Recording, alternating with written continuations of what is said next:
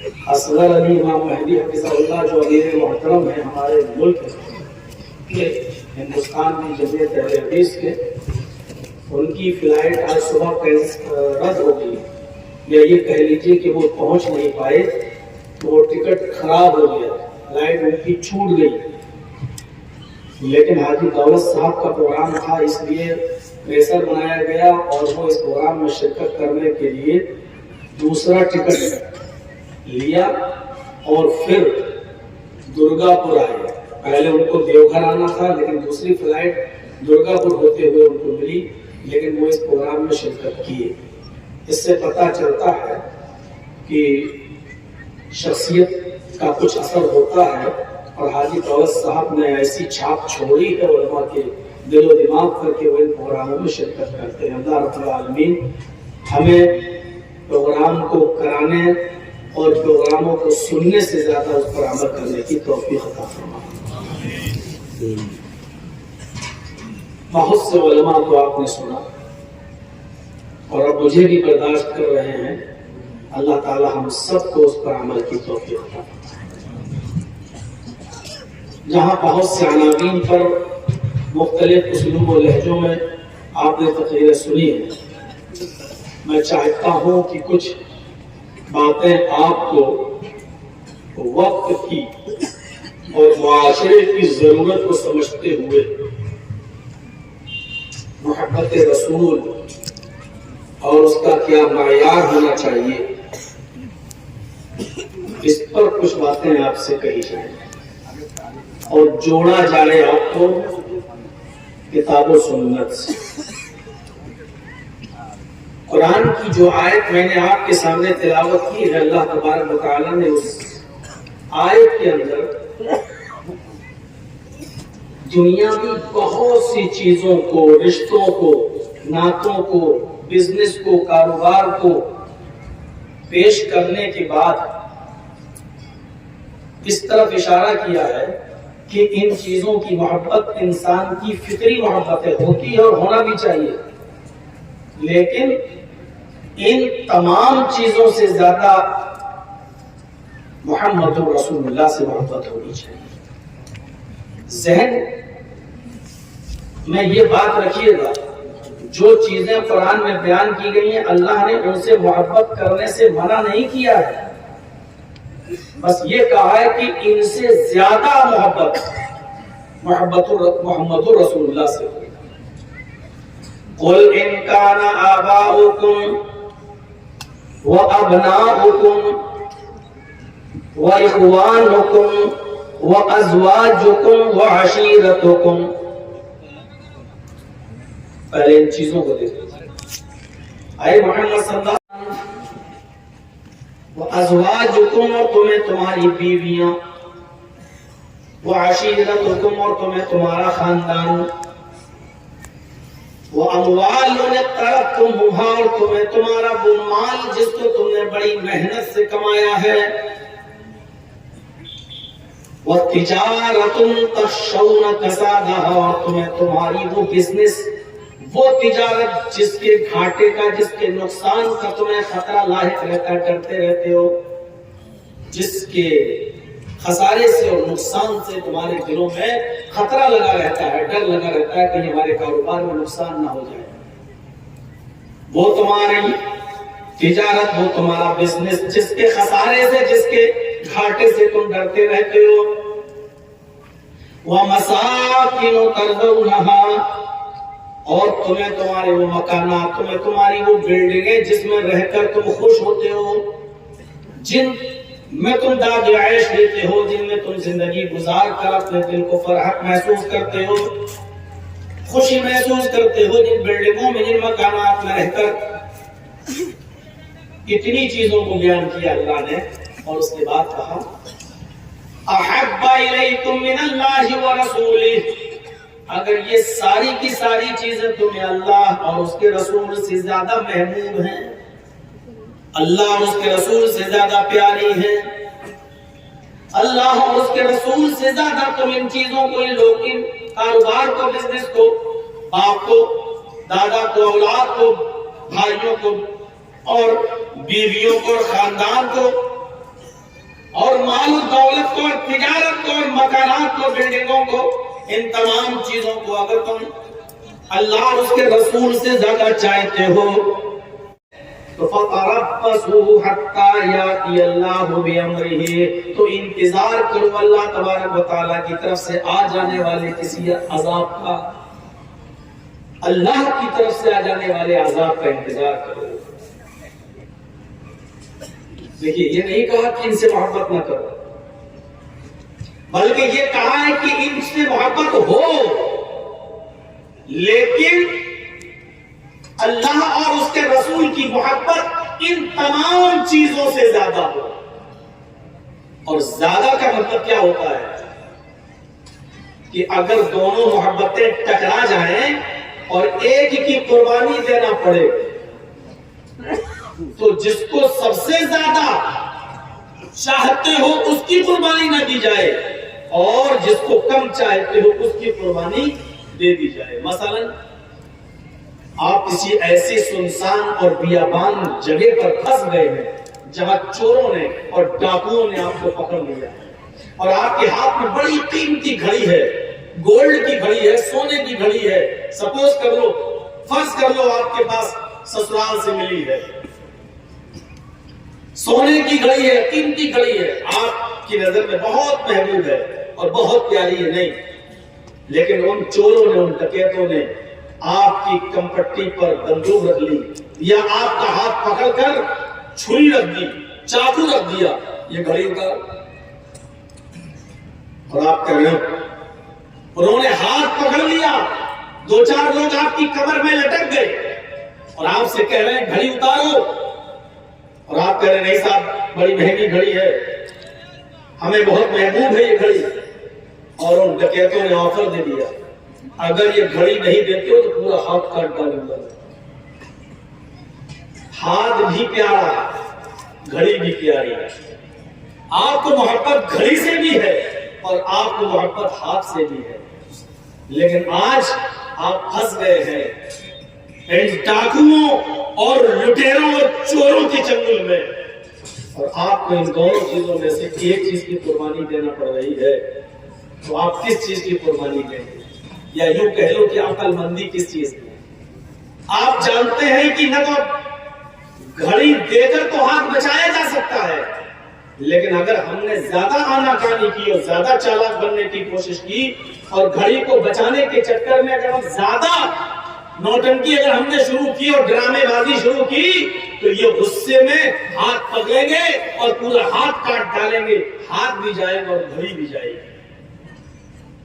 تو عقل مندی اس موقع پر یہ ہے کہ آدمی چپکے سے اپنی گھڑی اتارے اور دے دے، لو صاحب، ہاتھ سلامت، زندگی سلامت، پھر محنت کریں گے، کمائیں گے، زندگی رہی تو اور بھائی آ جائیں گی، کم سے کم ہاتھ تو سلامت رہے گا۔ دیکھیے آپ کو گھڑی سے بھی محبت تھی اور ہاتھ سے بھی محبت تھی، لیکن قربانی دینے کا جب نمبر آ گیا تو آپ نے اپنی ایک محبوب چیز کو قربان کر دیا، دے دیا گھڑی، اور ہاتھ اس لیے نہیں دیا کیونکہ ہاتھ گھڑی سے زیادہ محبوب تھا آپ کی نظر میں، ہاتھ گھڑی سے زیادہ پیارا تھا آپ کی نظر میں، اس لیے ہاتھ کو بچا لیا اور گھڑی کو دے دیا۔ لیکن اگر جنگل میں وہی چور وہی لٹیرے یہ کہیں ہاتھ کٹاؤ چپ چاپ، اس ہاتھ کو تم نے اٹھایا تھا نا میرے بھائی پر، میری بہن پر، میرے بیٹے پر، اب یہ ہاتھ کٹاؤ۔ اب آپ نے ہاتھ بچانے کے چکر میں آپ نوٹنکی کرنا شروع کر دیے، بچانا چاہتے لیکن انہوں نے بندوق رکھ دی، کمپٹی پر پسٹل رکھ دی، اگر ہاتھ کٹانا تو بول، نہیں تو ابھی ہم شوٹ کر دیں گے، ابھی جان جائے گی، بھیجا نکل جائے گا، بول جلدی ہاتھ کٹا رہا ہے یا جان دے رہا، بول۔ اب یہاں پر ہاتھ بھی پیارا اور جان بھی پیاری، ہاتھ سے بھی محبت اور جان سے بھی محبت، لیکن یہاں قربانی دینے کی ضرورت آ رہی ہے، تو ایسے موقع پر عقل مندی یہ ہے کہ چپ چاپ سے ہاتھ دے دیا جائے، لے بھائی کاٹ لے، اور ہاتھ کاٹ دیا اس نے، کم سے کم جان تو بچ جائے گی، ٹھیک ہے، ایک ہاتھ سے جتنا کما سکتے کمائیں گے، ایک ہاتھ سے جتنا کام کرنا ہوگا کریں گے، کم سے کم میرے بچے تو میری نظروں کے سامنے رہیں گے، میری بیوی تو میرے نظروں کے سامنے رہے گی، کم سے کم میں اپنے مکانات اور اپنی بلڈنگوں کو تو دیکھ سکوں گا اور اپنا بزنس تو سنبھال سکوں گا۔ میرے بھائیوں، ہاتھ بھی محبوب، جان بھی محبوب، لیکن قربانی دینے کی جب ضرورت پیش آئی تو ہاتھ کی قربانی دے کر اپنی جان بچا لینا یہ عقل ہے۔ یہی قرآن کہہ رہا ہے آباء و اجداد سے محبت ہونی چاہیے، اولاد سے بھی محبت ہونی چاہیے، بھائیوں سے بھی محبت ہونی چاہیے، بیوی سے بھی محبت ہونی چاہیے، اپنے خاندان سے بھی محبت ہونی چاہیے، مال و دولت جو تم نے کمایا اس سے بھی محبت ہونی چاہیے، وہ بزنس جس کے نقصان کا تمہیں ڈر لگا رہتا ہے اس سے بھی تمہیں محبت ہونی چاہیے، اور وہ بلڈنگیں جو تم نے بڑی محنت کی کمائی سے بنائی ہیں، وہ بلڈنگیں تیار کی ہیں، ان بلڈنگوں سے بھی محبت ہونا چاہیے، اور اللہ اور اس کے رسول سے بھی محبت ہونی چاہیے۔ لیکن اگر اللہ اور اس کے رسول کی محبت میں ان چیزوں میں سے کسی ایک چیز کی قربانی دینے کی ضرورت اگر پیش آ جائے تو آپ اللہ اور اس کے رسول کی محبت کو قربان کریں گے یا ان چیزوں کو قربان کریں گے؟ تو فرمایا کہ اپنے ماں باپ کی قربانی دے دینا، اولاد کی قربانی دے دینا، بھائیوں کی قربانی دے دینا، بیوی کی قربانی دے دینا، مال و دولت کی قربانی دے دینا، تجارت اور بزنس کی قربانی دے دینا، جن بلڈنگوں میں تم رہتے ہو ان کی قربانی دے دینا، لیکن اللہ اور اس کے رسول کی محبت کی قربانی مت دینا، رسول کی محبت کی قربانی مت دینا۔ اور صحابہ کی زندگی بھری پڑی، کسی نے اپنا باپ میدان جنگ میں شہید کرا دیا، کسی نے اپنا بیٹا میدان جنگ میں شہید کرا دیا، کسی نے اپنا بھائی میدان جنگ میں شہید کرا دیا، اور کسی نے نبی کو گالی دینے والی اپنی بیوی کے ہی پیٹ میں، ابو داؤد کتاب الجہاد پڑھو تو چھرا بھونک دیا، کھنجر بھونک دیا، اور اس کے پیٹ میں حمل تھا، بچہ تھا، زمین کے اوپر گر گیا، صرف اس لیے کہ وہ اللہ کے رسول کو گالی دیا کرتی تھی، نبی کو الٹا سیدھا بولا کرتی تھی، پیٹ میں کھنجر مار دیا، اپنی بیوی کو مار ڈالا۔ کسی نے اپنے خاندان کی قربانی دے دی، سب کو چھوڑ دیا اور ہجرت کر کے مدینہ چلے گئے، نہیں، کسی نے اپنا مال دولت قربان کر دیا، کسی نے اپنی تجارت اور بزنس قربان کر دی، لوگوں نے اپنے گھر اور مکان اور بلڈنگوں کو چھوڑ دیا، لیکن اللہ اور اس کے رسول کی محبت کو قربان کر دیا۔ یہی اصل معیار ہے محبت رسول کا،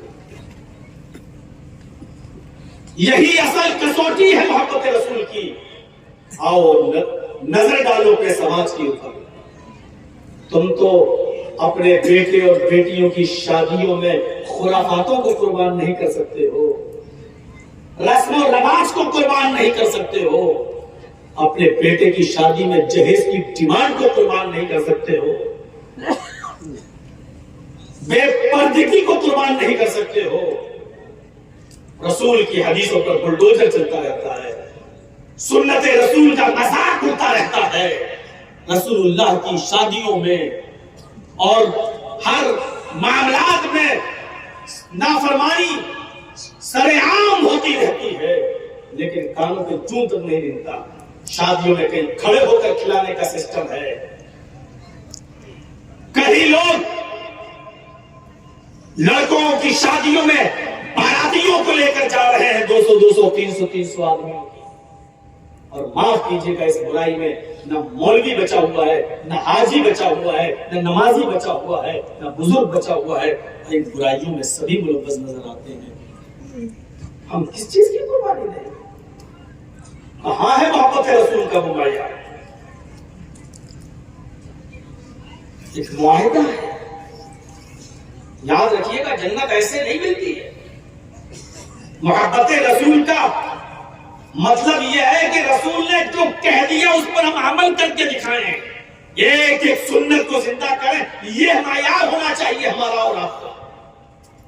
ایک مزدور ہے، اس سے آپ کام لیتے ہیں مستری ہے اس سے آپ کام لیتے ہیں, آپ اپنا مکان بنوانا ہے, آپ نے اس سے کہا کہ صاحب ہماری ایک دیوار کھڑی کر دو گے, کہا ٹھیک ہے 1000 روپیہ ڈیلی لوں گا. اس نے کہا ٹھیک, آپ نے بھی کہہ دیا ٹھیک ہے کل سے آ جانا. اس نے کہا ٹھیک ہے 9 بجے آؤں گا اور 5 بجے میری ڈیوٹی ختم, 1000 روپے پر ڈے کے حساب سے لوں گا, 10 دن لگے گا آپ کی دیوار کھڑی ہو جائے گی. آپ نے کہا ٹھیک ہے آپ 10 دن کام کرو, ہم آپ کو 10,000 روپیہ دیں گے. طے ہو گیا. وہ دوسرے دن نہیں آیا, تیسرے دن نہیں آیا, چوتھے دن نہیں آیا, 5ویں دن نہیں آیا, اور 10ویں دن آپ کے پاس چلا آیا کہ لائیے صاحب 10,000 روپے دے دیجیے. آج 10 دن ہو گئے ہیں, آپ دے دیں گے؟ اور دنیا کا کون عقل مند مالک ایسا ہے جو اس مزدور کو 10,000 روپے دے دے؟ آپ کہیں گے بے وقوف پاگل, تیرا فون نمبر نہیں تھا میرے پاس, تیرا موبائل نمبر نہیں تھا میرے پاس, تم وعدہ کر کے چلے گئے, اگر نہیں آنا تھا تو پہلے دن بتا دیتے. ہمارا وقت تم نے برباد کیا, میں نے 2-3 دن تمہارا انتظار کیا تم نے, اور 10 دن کے بعد چلے آئے پیسہ لینے. اس نے کہا سوری صاحب غلطی ہو گئی, لیکن مجھے 10,000 روپے دیجیے کیونکہ آپ نے وعدہ کیا تھا, آپ نے اقرار کیا تھا کہ 10,000 روپے دیں گے ہم 10 دن میں. ہم 10 دن کے بعد آئے, آپ 10,000 روپے دیجیے. آپ اس سے کہیں گے صاحب کس بات کے 10,000 روپے؟ ہمارا معاہدہ یہ ہوا تھا کہ تم کام کرو گے, تم نے کام کیا. صاحب کام نہیں کیا تو کیا ہوا؟ میں نے اقرار تو کیا تھا کام کرنے کا کہ میں کروں گا. دیکھ رہے عقل مندی, وہ کہہ رہا ہے کہ میں کہاں انکار کر رہا ہوں, میں تو کہہ رہا ہوں کہ میں نے وعدہ کیا تھا کہ میں کام کروں گا. میں آج بھی کہہ رہا ہوں کہ میں نے وعدہ کیا تھا کام کروں گا. ارے نہیں کیا تو کیا ہوا؟ اقرار تو کیا تھا, اس اقرار کی بنیاد پر مجھے 10,000 روپے دیجیے. آپ 10 دن کے بعد آپ دے دیں گے؟ نہیں دیں گے. وہ اگر مقدمہ دائر کرتا ہے کہ ہمارا 10,000 روپے نہیں دے رہے تو وہی ہارے گا, اس لیے کیونکہ اس نے اقرار کیا لیکن اس نے وعدے کو نبھایا نہیں, کام نہیں کیا. عدالت اس کو بچائے, اس کے حق میں فیصلہ کر دے کہ اس کو سزا اور دے گی. کبھی نے تم نے دوسرے آدمی کو دھوکے میں رکھا کیا؟ کل قیامت کے دن اس بنیاد پر آپ کہہ سکتے ہو کہ اللہ میں نے نماز نہیں پڑھی تو کیا ہوا, میں نے روزہ نہیں رکھا تو کیا ہوا, میں نے حج نہیں کیا تو کیا ہوا, میں نے زکات نہیں دی تو کیا ہوا, میں نے نبی کی سنتوں پر عمل نہیں کیا تو کیا ہوا, لیکن اقرار تو کیا تھا. میں کہتا تو تھا اللہ ایک ہے, محمد اس کے رسول ہیں, نماز پڑھنا چاہیے, روزہ رکھنا چاہیے, حج کرنا چاہیے, زکات دینا چاہیے, غریبوں کو صدقہ و خیرات کرنا چاہیے, سنتوں پر عمل کرنا چاہیے, رسول سے محبت ہونا چاہیے. یہ سب اقرار تو تھا مجھے. اے اللہ میں نے عمل کیا ہو یا نہ کیا ہو لیکن اقرار تو تھا, اس لیے مجھے تو جنت دے. اللہ آپ کو جنت دے دے گا صرف اقرار کی وجہ سے. میرے بھائیوں صرف اقرار کی وجہ سے اگر ہم عمل نہ کریں تو جنت نہیں مل سکتی. جیسے ایک مزدور صرف اقرار کرتا ہے کہ میں کام کروں گا لیکن وہ کام کرنے نہیں آتا ہے تو صرف اقرار کی وجہ سے آپ اس کو پیسہ نہیں دے دیتے ہیں, صرف اس کے عہد و پیمان کی وجہ سے اس کو پیسہ نہیں دے دیتے. اسی طریقے سے اللہ رب العالمین صرف اللہ کا رسول سے محبت کا اقرار کرنے کی وجہ سے ہمیں جنت نہیں دے دے گا. ہمیں کیسے جنت مل جائے گی؟ کہتے رہیے کہ ہمیں اقرار ہے, محبت ہے, رسول سے تھی, لیکن اس اقرار کی بنیاد پر ہمیں جنت نہیں مل جائے گی. جنت کیسے ملے گی؟ اللہ کے نبی فرماتے من اطاعنی دخل الجنہ, جو میری اطاعت کرے گا وہ جنت کے اندر داخل ہوگا. ومن عصانی فقد ابا, اور جس نے میری نافرمانی کی وہ جہنم کے اندر داخل ہوگا.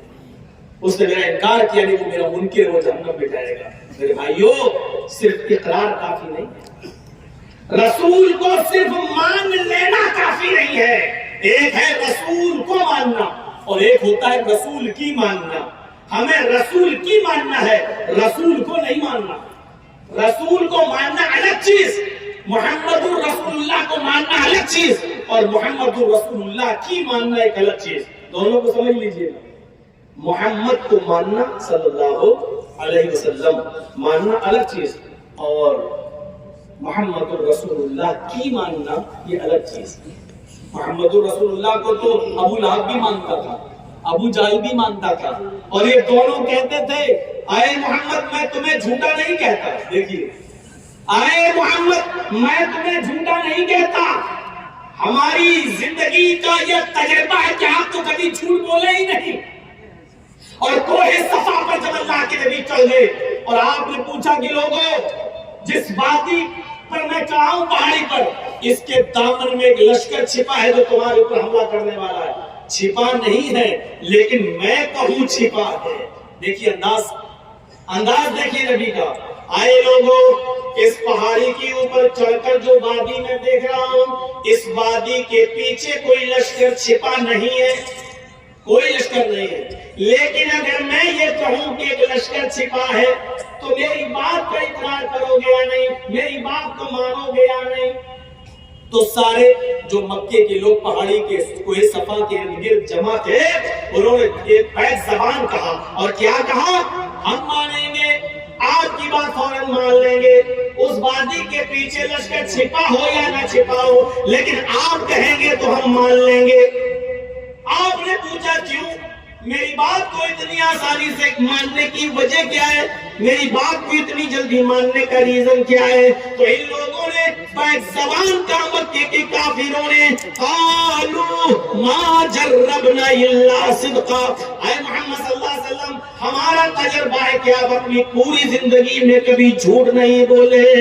جب آپ آج تک جھوٹ نہیں بولے تو آج کیا جھوٹ بولیں گے؟ ہم نے اپنی زندگی میں آپ کو ہمیشہ سچ بولتے ہوئے دیکھا، تو آج بھی آپ سچ ہی بولیں گے. اس پہاڑی کے پیچھے کوئی لشکر چھپا ہو یا نہ چھپا ہو، لیکن آپ کہہ رہے ہیں تو ہم مان لیں گے، آپ کہیں گے تو ہم یقین کر لیں گے، کیونکہ ہم نے کبھی آپ کو جھوٹ بولتے ہوئے نہیں دیکھا. تو میرے بھائیوں غور کرو، محمد رسول اللہ کو سب مان رہے ہیں، محمد کو سب مان رہے ہیں، لیکن محمد رسول اللہ کی نہیں مانتے تھے. آپ نے کہا جب تم مجھے اتنا سچا مانتے ہو تو میں اللہ کا بندہ اور اس کا رسول بنا کر بھیجا گیا ہوں، اللہ نے مجھے اپنا پیغمبر بنا کر بھیجا ہے. آپ نے کہا اللہ سے ڈر جاؤ، ایک اللہ کی عبادت کرو، قولوا لا الہ الا اللہ تفلحوا، لا الہ الا اللہ کہہ دو کامیاب ہو جاؤ گے. جہاں نبی نے یہ حکم دیا وہی پر ابو لہب بول بیٹھا تبت لک یا محمد لہذا جماعتنا. اے محمد تو برباد ہو جا، کیا اسی لیے تو نے ہم کو یہاں جمع کیا ہے؟ پتہ یہ چلا کہ محمد کو تو مانتے تھے لیکن محمد کی نہیں مانتے تھے. تو محمد رسول اللہ کو ماننا اس سے زیادہ ضروری ہے محمد رسول اللہ کی ماننا. ورنہ محمد کی ذات سے محبت ہونا ایک الگ چیز ہے اور محمد رسول اللہ کی باتوں سے محبت ہونا ایک الگ چیز ہے. ذات سے تو ابو لہب بھی محبت کیا کرتا ہے، آپ کو معلوم ہے، اور نہ معلوم ہو تو سن لو. جس دن محمد ابن عبداللہ اپنی ماں آمینہ کے پیٹ سے باہر آئے، جس دن باہر آئے، جس دن سوموار کا دن، پیر کا منڈے کا دن، صبح صادق کے بعد سورج نکلنے سے پہلے محمد ابن عبداللہ آمینہ کے بطن سے جب باہر آتے ہیں تو سب سے پہلا جو دودھ پیتے ہیں وہ اپنی ماں آمینہ کا. اس کے بعد جو سب سے پہلے دودھ پیتے ہیں اپنی ماں کے بعد وہ اپنے ابو لہب کی لونڈی سویبہ کا. کچھ لوگوں نے صوبیہ بھی لکھا ہے لیکن مولانا صفی الرحمان صاحب مبارک پوری رحمۃ اللہ علیہ نے تحقیق کر کے لکھا ہے کہ صوبیہ ٹھیک نہیں ہے، ابو لہب کی لونڈی کا نام سویبہ، یہ زیادہ ٹھیک ہے، یہی صحیح ہے. تحقیق کرنے کے بعد سویبہ لکھا ہے. سویبہ وہاں موجود تھی، پھر آپ نے ابو لہب کی لونڈی سویبہ کا دودھ پیا. یہ کچھ دیر سے ابو لہب کے پاس پہنچی. ابو لہب نے کہا آج اتنی دیر سے کیوں آئی ہو؟ کیا وجہ تھی؟ آج اتنا لیٹ کیسے ہو گئی ہو تم؟ روزانہ تو تم جلدی آ جایا کرتی تھی، آج تمہیں میرے بھتیجے عبداللہ کے گھر آمینہ کے پاس جو میں خدمت کے لیے بھیجتا تھا، آج تمہیں وہاں سے آنے میں اتنی دیر کیسے ہو گئی؟ تو سویبہ نے کہا آقا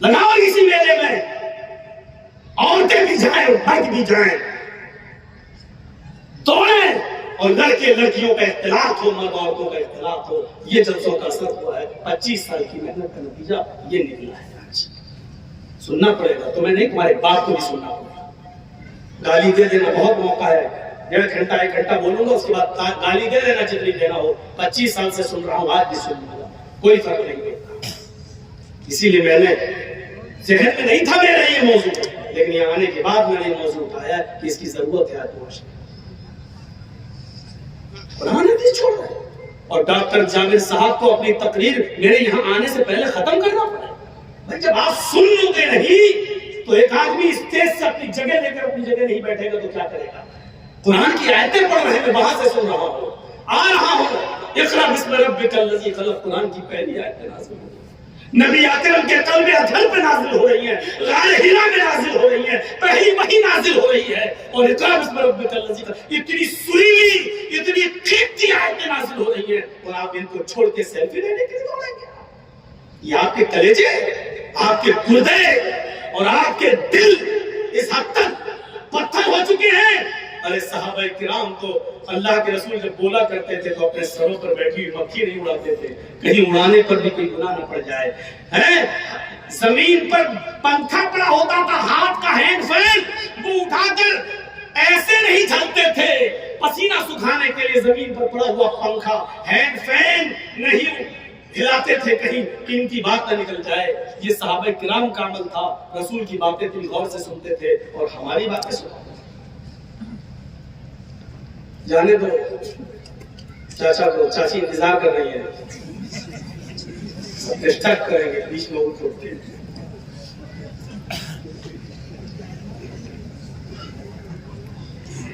میرے بھائیوں، آج مجھے یہ سخت جملے بولنا پڑے کہ ہم وینٹیلیٹر پر لیٹی ہوئی قوم سے خطاب کر رہے ہیں، اپنے آپ کو سدھارو۔ 25 سال زمانہ کتنا ترقی کر گیا۔ سب سے پہلی تقریر اس جھارکھنڈ میں میری موہن پور میں ہوئی تھی، لالٹینیں جلتی تھی، پھوس کے مکان ہوتے تھے، اور ایسے ہی ایک چھوٹا سا تخت ڈال دیا تھا، اور ایسا مائک بھی نہیں تھا، اور مجھے یاد ہے کہ اس طرف بھی ایک لالٹین لٹکا دی تھی، ایک طرف اس طرف لالٹین لٹکا دی تھی۔ اب سوچو کہ کون سا زمانہ رہا ہوگا۔ اس زمانے میں میری سب سے پہلی تقریر موہن پور کی سرزمین پر ہوئی، اور اس دن سے لے کر آج تک کتنے دور بدلے۔ پہلے تقریریں چلتی تھی گول والی کیسٹوں میں جو لمبی ہوا کرتی تھی، جو گھومتی تھی، اس کے بعد زمانہ بدلا تو ٹیپ ریکارڈ آیا، پھر وہ کیسٹوں میں ریکارڈ ہونے لگا، اس کے بعد زمانہ بدلا، اور دھیرے دھیرے بدلتے بدلتے میرے بھائیوں آج وہ زمانہ آ گیا کہ آپ نہ کوئی ٹیپ ریکارڈ رکھتا ہے اپنے پاس، نہ کوئی وہ گول والی سیڑھیاں رکھتا ہے اپنے پاس۔ اب آج تو یہاں بولو اور کل مولانا جرجیس انصاری آفیشیل چینل پر، راجدھانی چینل پر آپ اپنا میرا پروگرام آپ یہاں پوری دنیا سن سکتی ہے۔ آج یہ زمانہ اتنی ترقی کر گیا، لوگ اتنا آگے بڑھ گئے، لیکن جلسوں کا اثر کچھ نہیں ہوا۔ ہم جہاں پہلے تھے وہیں آج بھی ہیں میرے بھائیوں، اس میں کوئی تبدیلی نہیں آئی ہے۔ ہمارے رہن سہن میں کوئی تبدیلی نہیں آئی ہے۔ تقریروں میں جو اثر ہونا چاہیے تھا، جلسوں کا جو اثر ہونا چاہیے تھا، معاف کیجیے گا، وہ نہیں پڑا ہے ہماری زندگی میں۔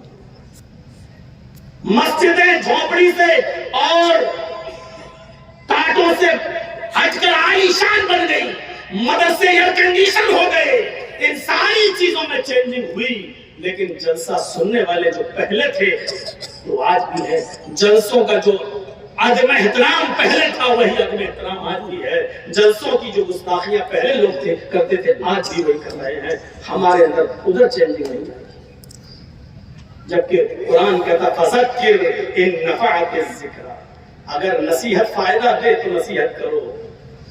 اس کا مطلب کیا ہوا؟ جب نصیحت فائدہ نہ کرے تو مت کرو۔ ہمیں تو نہیں لگتا کہ 25 سال کے بعد اب بدلے ہو، نہیں بدلے تو اب کیا بدلے ہوگا؟ کچھ تو چینجنگ کرو، لاؤ سدھار۔ 25 سال کی اس لمبی زندگی میں جو میں نے جھارکھنڈ، بہار اور بنگال میں گزاری ہے، میرے بھائیوں آج تک جہیز کی لعنت ختم نہیں ہو پائی۔ ہوئی، باراتی ختم ہوئے، مدرسوں کی کمیٹیاں بن گئی، مسجدوں کی کمیٹیاں بن گئی، لیکن ان غریب لڑکیوں کی شادی کے لیے کوئی کمیٹی نہیں بنی کہ ان کا گھر بسایا جائے اور ان غریب لڑکیوں کی شادی کا انتظام کیا جائے۔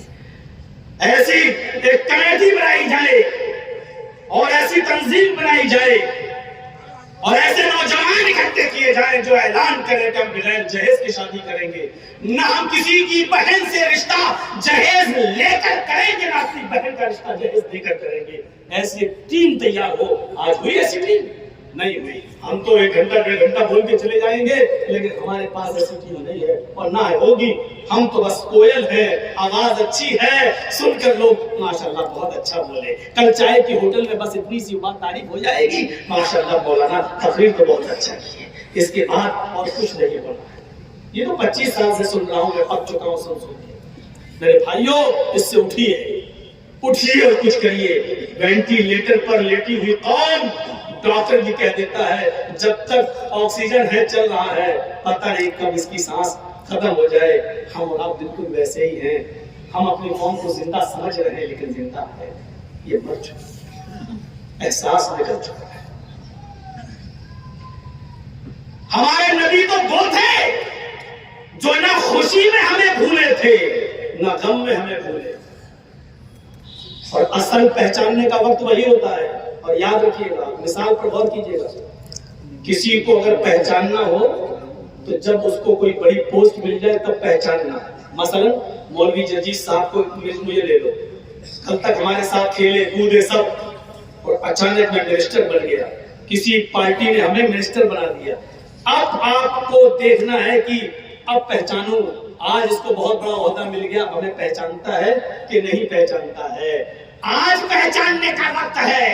آج دیکھو کہ اس کو جو منسٹر بن گیا، MLA بن گیا، MP بن گیا، اب دیکھو کہ ہمیں پہچانتا کہ نہیں پہچانتا، ہمیں ٹائم دیتا کہ نہیں دیتا۔ یہ موقع ہے آج پرکھنے کا اپنے لیڈر کو، اپنے قائد کو، اپنے رہبر کو، اپنے رہنما کو۔ آج پرکھیے اور دیکھیے کہ یہ کتنا پہچانتا ہے۔ اور جہاں آپ کون تو بھی ٹائم نہیں ہمارے پاس ملنے کا، صاحب ہاں ارے نہیں ابھی ٹائم نہیں ہے، 1 ہفتے کے بعد آئیے گا، تب سمجھ لیجیے گا کہ یہ آدمی منسٹر بننے کے بعد ہم کو پہچان نہیں رہا ہے۔ اب آپ پہچان گئے، اور پھر کسی کو پہچاننا ہو تو دکھ کی گھڑی جب آپ کے اوپر آئے تب آپ پہچاننا۔ دکھ کی گھڑی میں غم کا پہاڑ آپ پہ ٹوٹا ہو تب آپ دیکھنا کہ میرے جو دوست تھے وہ کتنا میرے ساتھ آتے ہیں، کتنا میرے قریب آتے ہیں، مجھے کتنا پوچھتے ہیں۔ پہلے تو بڑی تعریفیں کرتے تھے، ارے میں آپ کو اتنا یاد کرتا ہوں، میں آپ کے لیے یہ کرتا ہوں، میں آپ کے لیے وہ۔ اور جب آپ کے اوپر دکھ اور غم کا پہاڑ ٹوٹا تو کتنا وہ آپ کے قریب آئے اور کتنا انہوں نے اس دکھ کی گھڑی میں آپ کا ساتھ دیا۔ آج موقع ہے، اور اس چیز کو ہم سے زیادہ آپ نہیں سمجھیں گے۔ ہم نے دکھ کی گھڑی میں بہت قریب سے دیکھا ہے، اور اسی موقع پر تو ہم پہچانے ہیں کہ اپنے کون ہیں اور پرائے کون ہیں، منہ دیکھی محبت کرنے والے کون ہیں اور اصل مصیبت میں کام آنے والے کون ہیں۔ چھوڑو، معاملہ اللہ کے اوپر ہے، لیکن یہ موقع ہوتا ہے پہچاننے کا، یہ موقع ہوتا ہے۔ جیسے ہم جیل سے چھوٹے، ابھی ہم گھر نہیں پہنچے، بنارس کے میرے دوست لوگ مجھے بنارس سے ریسیو کر کے اپنے گھر پہ لے گئے، ابھی گھر نہیں پہنچے۔ جیل میں جو موبائل میرا جمع تھا وہ مجھے ملا، میں نے اس کو آن کیا، آن کرتے ہی فون میرے پاس آئے۔ تو جانتے ہو، جنہوں نے کبھی کوئی خبر نہیں لی انہوں نے فون کیا، مولانا میں نے بہت دعائیں کی ہیں آپ کے لیے، کیونکہ اب ان کو ڈیٹ لینا تھی، اب ان کو مسکا چونا لگانا تھا۔ بہت قریب سے جانتا ہوں میرے بھائیوں، اپنوں کو بھی اور پرائیوں کو، لیکن محمد رسول اللہ کے اوپر دونوں زمانے آئے۔ خوشی ملی تو اتنی خوشی ملی، دیکھیے خوشی میں کتنا کہ آپ کو معراج ہوئی، اللہ نے اپنے پاس بلایا، سدرۃ المنتہا تک جبرائیل امین گئے، آپ کو لے کر گئے، پہلا آسمان، دوسرا آسمان، تیسرا آسمان، چوتھا آسمان، پانچواں، چھٹا، ساتواں، اور سدرۃ المنتہا تک پہنچے، اسی کو مقام جبریل بھی کہتے ہیں۔ اور وہاں پہنچنے کے بعد